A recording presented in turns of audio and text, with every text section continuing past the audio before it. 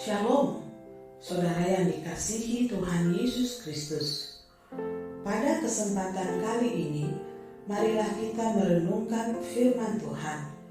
Saya meminta agar saudara menghentikan sejenak video ini dan membuka Alkitab saudara dan membaca Lukas 15 ayat 11 sampai 24.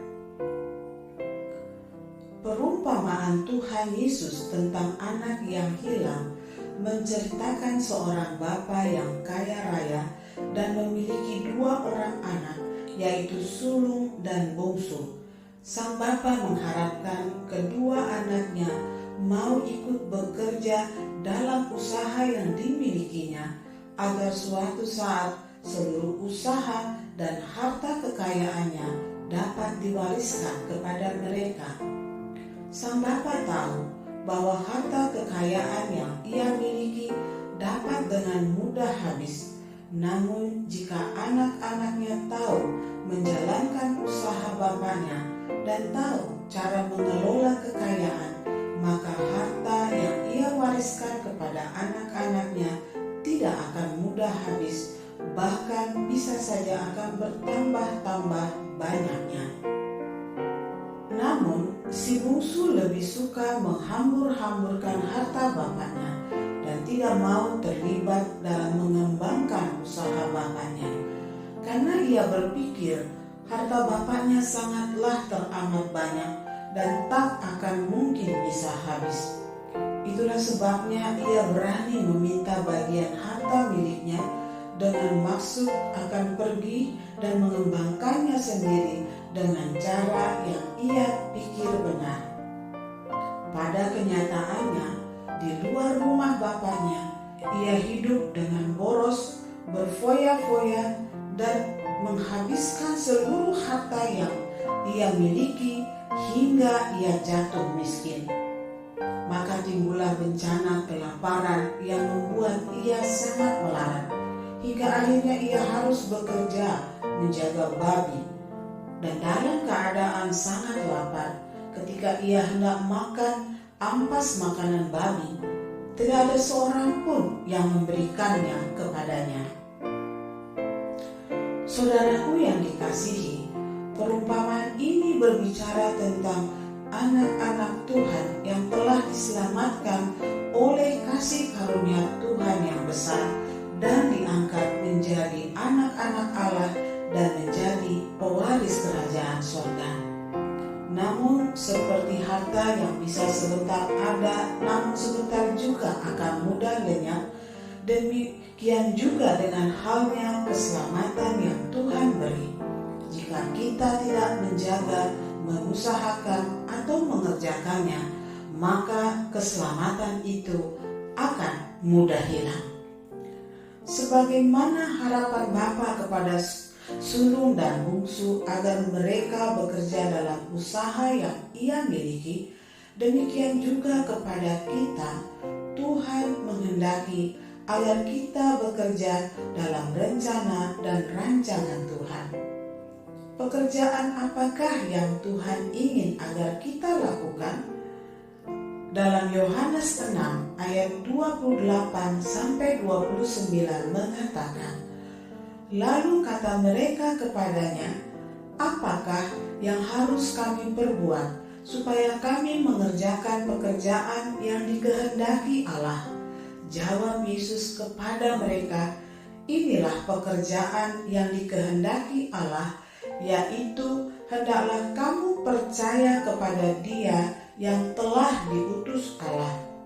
Saudara yang dikasihi oleh Tuhan Yesus Kristus, pekerjaan yang dikehendaki agar kita lakukan adalah percaya kepada Dia yang telah diutus Allah, yaitu Tuhan Yesus Kristus. Sebab firman Tuhan berkata bahwa dengan percaya kepada Tuhan Yesus Kristus kita akan selamat. Kita bersama dengan seluruh isi rumah kita.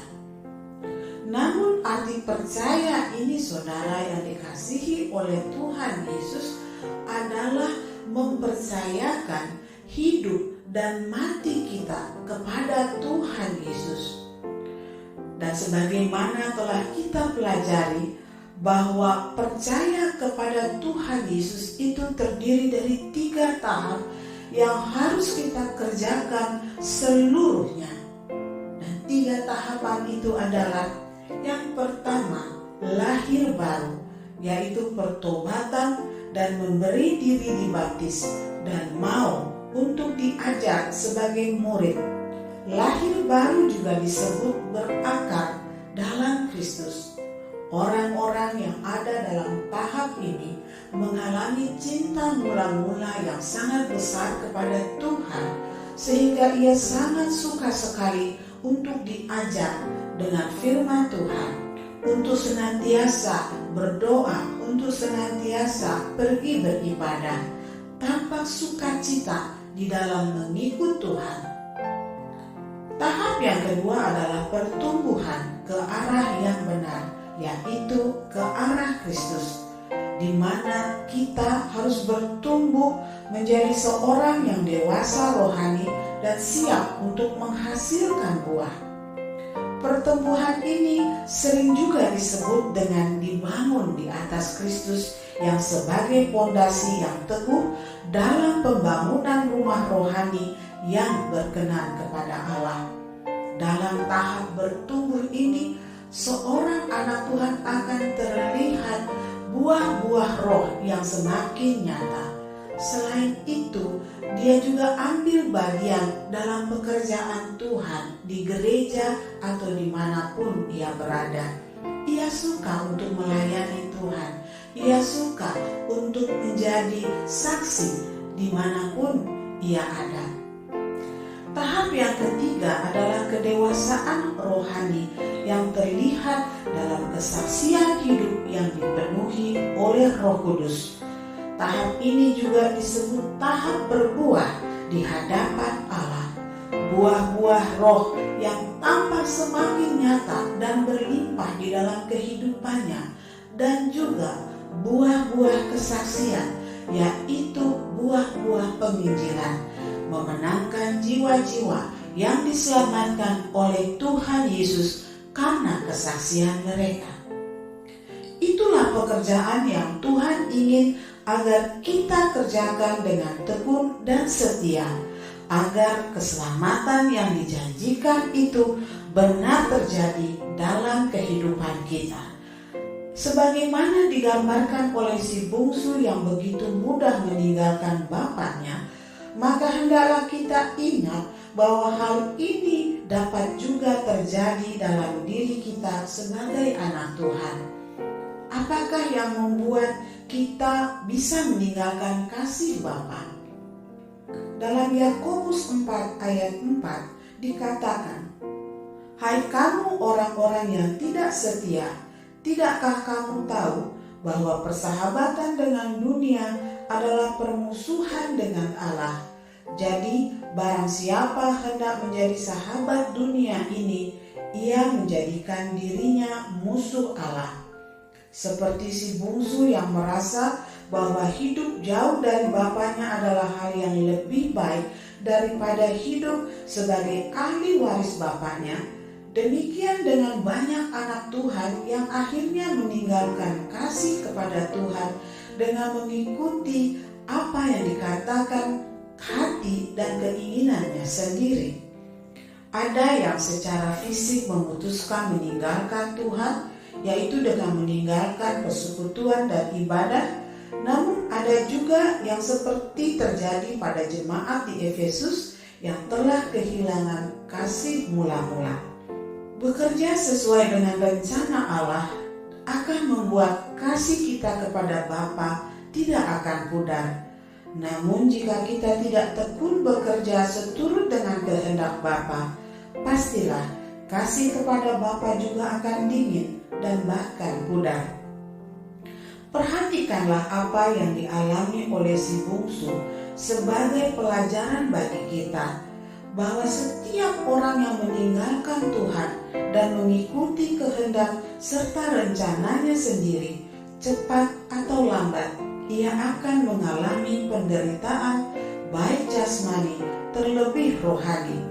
hati mereka pasti akan menjadi tawar dan bahkan menjadi penuh dengan kekecewaan. Hidup mereka akan menjadi seperti si bungsu, terpisahkan, terkucilkan, tidak ada yang peduli dan hidup dalam kenajisan, seperti halnya orang yang menderita kusta.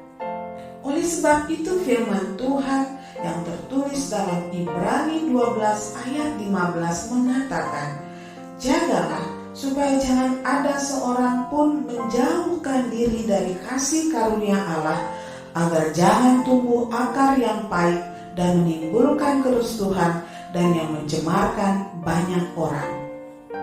Apa yang dialami oleh si bungsu bisa terjadi kepada kita jikalau kita meninggalkan kasih karunia Allah dan mengikuti kata hati kita sendiri.